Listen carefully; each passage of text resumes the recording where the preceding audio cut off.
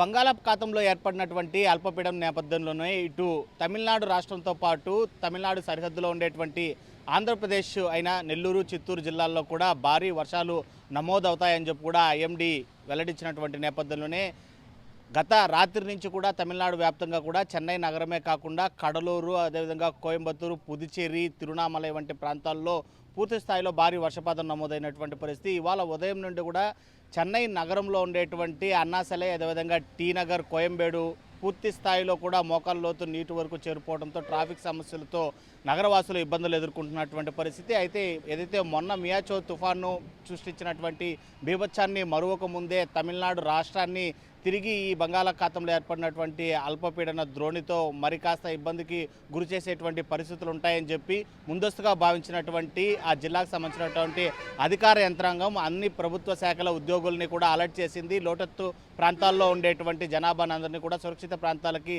తరలించడంతో పాటు ఎవరు కూడా ఇటు మత్స్యకారులు సముద్రంలోకి వేటకు వెళ్ళొద్దని చెప్పి సూచనలు జారీ చేయడంతో పాటు మెరీనా బీచ్ మరికొన్ని బీచ్లకు సందర్శకుల్ని అనుమతి నిషేధిస్తూ కూడా ప్రభుత్వం ఇప్పటికే ఉత్తర్వులు జారీ చేసింది. ఇప్పటికే నేలకొట్టు, అదేవిధంగా పుదుచ్చేరి, అదేవిధంగా తిరునామలై, ఇటు మరికొన్ని జిల్లాల్లో రాణిపేట వంటి జిల్లాల్లో ప్రభుత్వ రంగ సంస్థలు, విద్యా సంస్థలు ఏవైతే ఉన్నాయో వాటితో పాటు ప్రైవేటు విద్యారంగ సంస్థలు కూడా సెలవులు ప్రకటించాలని చెప్పి కూడా ఆ జిల్లా యంత్రాంగం అధికారులు ఇప్పటికే ఆదేశించినటువంటి పరిస్థితి. ప్రస్తుతం చిత్తూరు జిల్లాలో కూడా మోస్తారుగా ఉదయం నుంచి కూడా ఇటు తిరుపతి, అదేవిధంగా శ్రీకాళహస్తితో పాటు తిరుమలలో కూడా భారీ వర్షపాతం నమోదైనటువంటి పరిస్థితి. 2 రోజుల పాటు ఈ ద్రోణి కొనసాగుతుందని చెప్పి వాతావరణ శాఖ అంచనా వేస్తున్నప్పటికీ అల్పపీడనం కనుక తీవ్ర రూపం దాల్చి తుఫానుగా ఏర్పడేటువంటి స్థితి కనుక ఉంటే భారీ నష్టాన్ని మిగిల్చేటువంటి అవకాశం ఉందని చెప్పి చెప్తుంది. అయితే 2 రోజుల వరకు కూడా ఈ భారీ వర్షాలకు ప్రజలందరూ కూడా సురక్షితంగా ఉండాలండి, ఇంట్లో నుంచి ఎవరు బయటికి రావద్దని చెప్పి కూడా జిల్లా యంత్రాంగంలో ఇటు తమిళనాడు రాష్ట్ర ప్రభుత్వం కావచ్చు, ఇటు ఏదైతే ఆంధ్ర బార్డర్లో ఉండేటువంటి చిత్తూరు జిల్లా, అదేవిధంగా నెల్లూరు జిల్లాకు సంబంధించినటువంటి యంత్రాంగం కూడా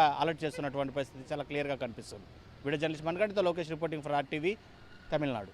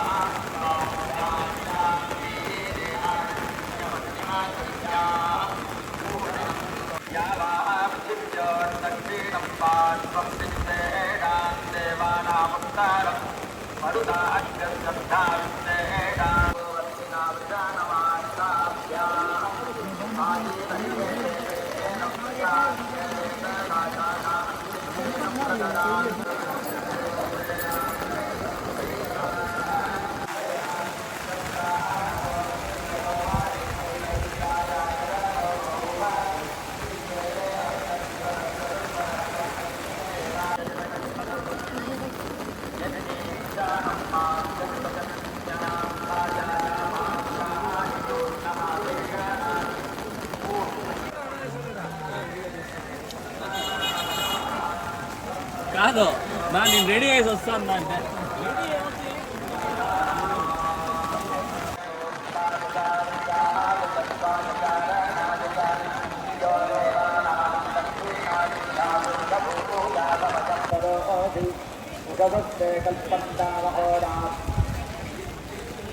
ఓం నమో వెంకటేశాయ.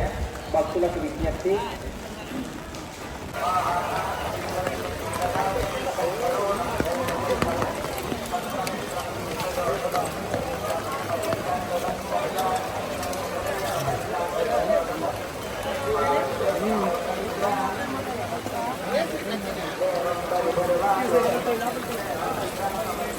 మరిన్ని వీడియోస్ కోసం ఛానల్ ని సబ్స్క్రైబ్ చేయండి, లేటెస్ట్ అప్డేట్స్ కోసం వాట్సాప్ ఛానల్ ని ఫాలో చేయండి అండ్ లింక్ డిస్క్రిప్షన్ లో ఉంది.